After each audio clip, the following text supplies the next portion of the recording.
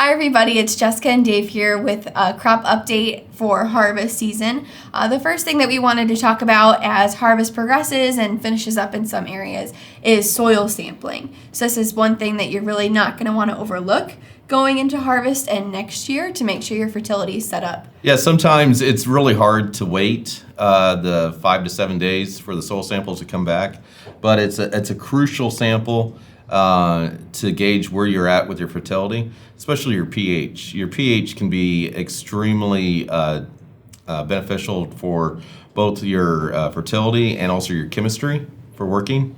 And you really need to gauge where your pH is at. And pH directly affects your nutrient availability. Mm-hmm. So if you have your pH on either the low or the high end, your nutrients then tie up and they aren't available for that crop to use. Right, and if we do need to adjust the pH, the Andersons do have a nice product, the Nutrisoft products, either high cal or high mag products, and they can be easily applied with the fertilizer. Go ahead. So I just wanted to say that the ideal range for your pH, you want it to be in about that 6.5 range. Yes.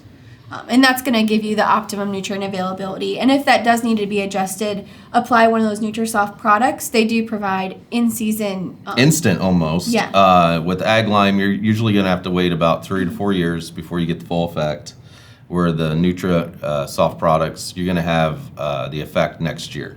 Yeah, and that's because of the dispersing granule technology. So in production, it gets grinded up into really small particles, and then we put it into a nice pellet product, which when it comes in contact with water, it just disperses into all these tiny little microparticles, which have an instant effect on the And pH. one nice thing about the Nutrisoft products we do have the option of having OMRI certified with those products too. So you can apply them on organic fields. And that's going to be a result of your soil sampling to decide whether or not you need to apply that. Also, following harvest, another consideration is your residue management program. Yeah. So within 2 weeks, as that combine rolls through that field, you'll want to really tackle all that residue coming off.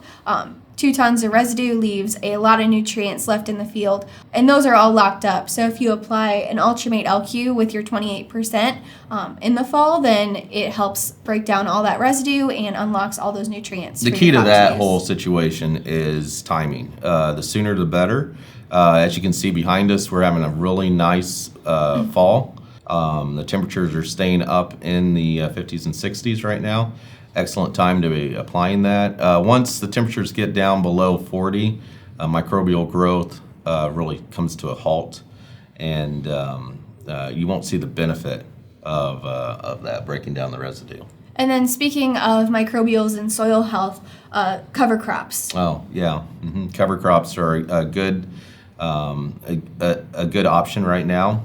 If you're rotating back into soybeans, cereal rye is an excellent option. It gives a kind of an allelopathic chemical that prevents Maristelle from germinating, which I know everybody's having a really hard time with Maristelle. If you're rotating back to corn, oats and radishes would be a good option. We're getting a little late in the season to be planting that, but as long as the weather holds, it's a good option. It can capture a lot of nitrogen, a lot of nutrients out there. And then a nice thing about it is they'll self-terminate in February, so you don't have to worry about killing them off. Yeah, those cover crops offer a lot of soil health benefits, and they'll really help you going into spring with weed control and general soil health. Yeah. So we wanted to leave with one last thing. We're really promoting no shave to harvest this year, and that's kind of why I'm growing a beard. Yeah, so No Shave Harvest, it is an initiative going through the harvest season to not shave if you're able to, in recognition of mental health. So just knowing that farmers do struggle with mental health in a lot of ways. So we want to bring awareness to that subject, and the way we're doing it is No Shave Harvest. So show us your beards. There's one stat that I found amazing, that the suicide rate amongst farmers is higher than veterans. And I did not realize that until I started looking in on this. If you want to join in on the initiative, then don't shave your beard throughout the harvest season. Yeah. And that's all we have for you today. If you want any additional information, go to andersonsplantnutrient.com or find us on Facebook or Twitter. Thank you. Thanks.